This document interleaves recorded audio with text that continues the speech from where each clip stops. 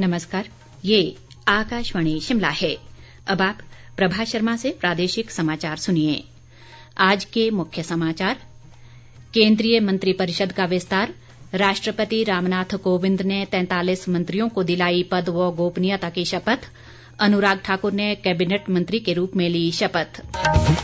राज्य सरकार ने कोरोना बंदिशों में ढील देते हुए सभी सार्वजनिक समारोहों में लोगों की उपस्थिति की संख्या को बढ़ाने का लिया निर्णय।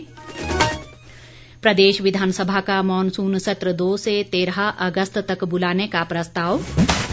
और राज्य में 1297 करोड़ के प्रस्तावित निवेश परियोजना प्रस्तावों को दी गई स्वीकृति।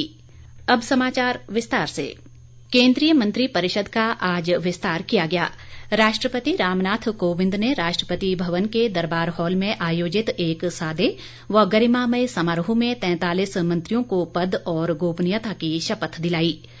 हमीरपुर संसदीय क्षेत्र से 4 बार सांसद व केंद्रीय वित्त राज्य मंत्री अनुराग ठाकुर ने कैबिनेट मंत्री के रूप में शपथ ली। मैं अनुराग सिंह ठाकुर ईश्वर की शपथ लेता हूँ कि मैं विधि द्वारा स्थापित भारत के संविधान के प्रति सच्ची श्रद्धा और निष्ठा रखूंगा। मैं भारत की प्रभुता और अखंडता अक्षुण्ण रखूंगा। मैं संघ के मंत्री के रूप में अपने कर्तव्यों का श्रद्धापूर्वक और शुद्ध अंतःकरण से निर्वहन करूंगा तथा मैं भय, पक्षपात, अनुराग या द्वेष के बिना सभी प्रकार के लोगों के प्रति संविधान और विधि के अनुसार न्याय करूंगा।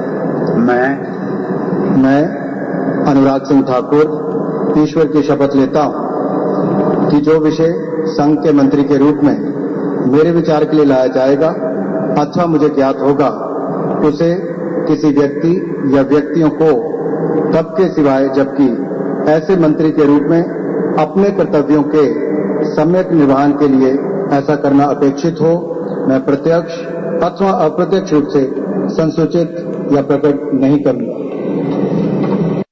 इसके अलावा हरदीप सिंह पुरी, मनसुख मांडविया, जी किशन रेड्डी, किरेन रिजिजू, ज्योतिरादित्य सिंधिया और राजकुमार सिंह ने भी कैबिनेट मंत्री के रूप में शपथ ग्रहण की। नरेंद्र मोदी सरकार के दूसरे कार्यकाल में मंत्रिमंडल का ये पहला विस्तार है। इस अवसर पर उपराष्ट्रपति एम वेंकैया नायडू, प्रधानमंत्री नरेंद्र मोदी, केंद्रीय गृह मंत्री अमित शाह, रक्षा मंत्री राजनाथ सिंह, भाजपा के राष्ट्रीय अध्यक्ष जगत प्रकाश नड्डा सहित मंत्रिपरिषद के अन्य सदस्य भी मौजूद रहे। इस बीच मुख्यमंत्री जयराम ठाकुर ने केंद्रीय कैबिनेट मंत्री बनने पर अनुराग सिंह ठाकुर को बधाई दी है। उन्होंने आशा व्यक्त की कि केंद्रीय मंत्री के रूप में अनुराग ठाकुर का कार्यकाल उपलब्धियों भरा होगा। उनके केंद्रीय मंत्रिमंडल में शामिल होने से विकास की दृष्टि से हिमाचल प्रदेश को भरपूर लाभ मिलेगा। जयराम ठाकुर ने अनुराग ठाकुर को केंद्रीय कैबिनेट मंत्री बनाने के लिए प्रधानमंत्री नरेंद्र मोदी का आभार व्यक्त किया है। प्रदेश मंत्रिमंडल के सदस्यों और भाजपा नेताओं ने भी अनुराग ठाकुर को कैबिनेट मंत्री बनने पर बधाई दी है। राज्य सरकार ने कोरोना संक्रमण के मामलों में सुधार को देखते हुए सभी सामाजिक, शैक्षणिक, मनोरंजन, सांस्कृतिक, राजनीतिक और विवाह समारोह सहित अन्य आयोजनों में लोगों की उपस्थिति की संख्या को बढ़ाने का निर्णय लिया है। मुख्यमंत्री जयराम ठाकुर की अध्यक्षता में आज शिमला में हुई मंत्रिमंडल की बैठक में इंडोर में कुल क्षमता की 50% और अधिकतम 200 लोगों को शामिल होने की अनुमति होगी, जबकि आउटडोर में उपलब्ध स्थान की कुल क्षमता के 50% लोगों को उपस्थित होने की अनुमति दी गई। मंत्रिमंडल ने प्रदेश विधानसभा का मॉनसून सत्र 2 से 13 अगस्त तक बुलाने के लिए राज्यपाल को प्रस्ताव भेजने का निर्णय भी लिया। इसके अलावा बैठक में कोविड-19 के कारण माता पिता खो चुके बच्चों को मुख्यमंत्री बाल उद्धार योजना के दायरे में लाने को स्वीकृति दी गई ताकि उन्हें 1500 रुपए अतिरिक्त मासिक वित्तीय सहायता प्रदान की जा सके। मंत्रिमंडल ने आशा कार्यकर्ताओं को वर्तमान में दिए जा रहे अतिरिक्त मानदेय को 2000 से बढ़ाकर 2750 रुपए प्रतिमाह करने का निर्णय भी लिया। इससे प्रदेश में लगभग 7964 आशा कार्यकर्ताओं को लाभ होगा। बैठक में सभी विद्यालयों को आगामी आदेशों तक बंद रखने का निर्णय लिया गया, जबकि ऑनलाइन कक्षाएं पहले की तरह जारी रहेंगी। कॉलेजों के पहले और दूसरे वर्ष के विद्यार्थियों को अगली कक्षा में स्तरोन्नत करने का भी फैसला लिया गया। महाविद्यालयों में दाखिले और नवीकरण इस महीने के अंतिम सप्ताह में आरंभ होंगे, जबकि नए शैक्षणिक वर्ष के लिए स्नातक कक्षाएं 16 अगस्त से आरंभ होंगी। बैठक में अनाथ बच्चों और 70 वर्ष से अधिक आयु के वरिष्ठ नागरिकों को बिना प्रीमियम हिमकेयर योजना के तहत लाया जाएगा। राज्य एकल खिड़की स्वीकृति व अनुश्रवण प्राधिकरण की बैठक मुख्यमंत्री जयराम ठाकुर की अध्यक्षता में आज शिमला में हुई। बैठक में नई औद्योगिक इकाइयों की स्थापना और मौजूदा इकाइयों के विस्तार के लिए 13 परियोजना प्रस्तावों को मंजूरी दी गई। इनमें लगभग 1297 करोड़ के प्रस्तावित निवेश परियोजना प्रस्तावों को स्वीकृति दी गई। इससे करीब 1718 व्यक्तियों को रोजगार की क्षमता होगी। नीति आयोग की सलाहकार संयुक्ता समाददार ने आज शिमला में मुख्यमंत्री जयराम ठाकुर से भेंट कर उन्हें एसडीजी इंडिया इंडेक्स और डैशबोर्ड 2020-21 का संस्करण भेंट किया।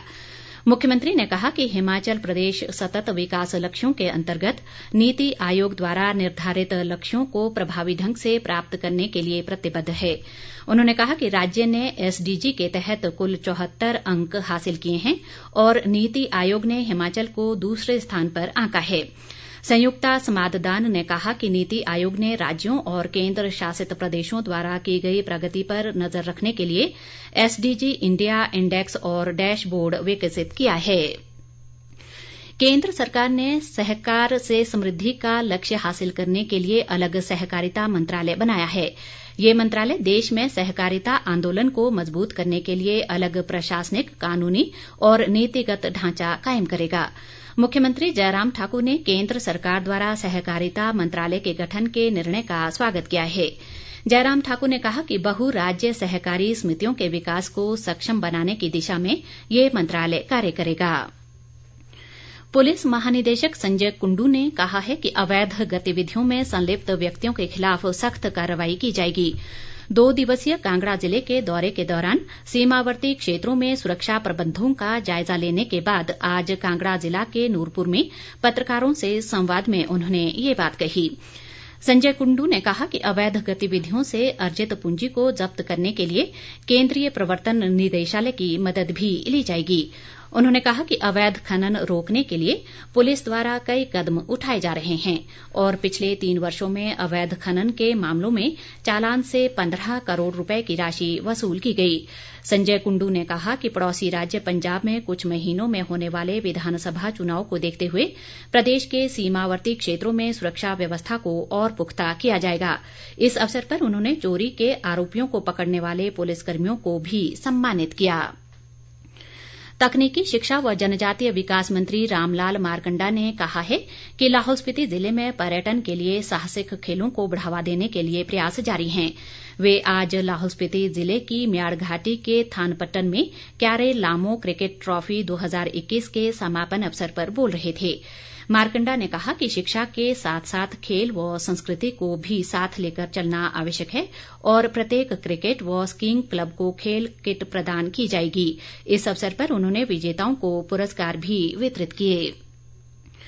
वरिष्ठ भाजपा नेता व पूर्व मुख्यमंत्री प्रेम कुमार धूमल ने भाजपा पदाधिकारियों व कार्यकर्ताओं को प्रदेश में फिर से भाजपा सरकार बनाने के लिए माहौल तैयार करने का आह्वान किया है। हमीरपुर में जिला भाजपा कार्यसमिति की बैठक में पदाधिकारियों व कार्यकर्ताओं को संबोधित करते हुए उन्होंने कहा कि पंचायती राज संस्थाओं के चुनाव में पार्टी ने बेहतर प्रदर्शन किया है और अब इस प्रदर्शन को विधानसभा चुनाव में बरकरार करते हुए काम करेंगे। राज्यपाल बंडारू दत्तात्रेय और मुख्यमंत्री जयराम ठाकुर ने भारतीय सिनेमा जगत के प्रख्यात अभिनेता दिलीप कुमार के निधन पर गहरा शोक व्यक्त किया है। राज्यपाल ने कहा कि दिलीप कुमार का निधन सिनेमा जगत के लिए एक ऐसी क्षति है जिसकी भरपाई नहीं हो सकेगी। मुख्यमंत्री ने कहा कि दिलीप कुमार का निधन अभिनय की दुनिया के लिए एक अपूरणीय क्षति है। उन्होंने कहा कि भारतीय सिनेमा में उनके योगदान को हमेशा याद किया जाएगा। अंत में मुख्य समाचार एक बार फिर। केंद्रीय मंत्रिपरिषद का विस्तार। राष्ट्रपति रामनाथ कोविंद ने 43 मंत्रियों को दिलाई पद व गोपनीयता की शपथ। अनुराग ठाकुर ने कैबिनेट मंत्री के रूप में ली शपथ। राज्य सरकार ने कोरोना बंदिशों में ढील देते हुए सभी सार्वजनिक समारोहों में लोगों की उपस्थिति की संख्या को बढ़ाने का लिया निर्णय। प्रदेश विधानसभा का मॉनसून सत्र 2 से 13 अगस्त तक बुलाने का प्रस्ताव और राज्य में 1297 करोड़ के प्रस्तावित निवेश परियोजना प्रस्तावों को दी गई स्वीकृति। इसी के साथ ये समाचार बुलेटिन समाप्त हुआ। नमस्कार।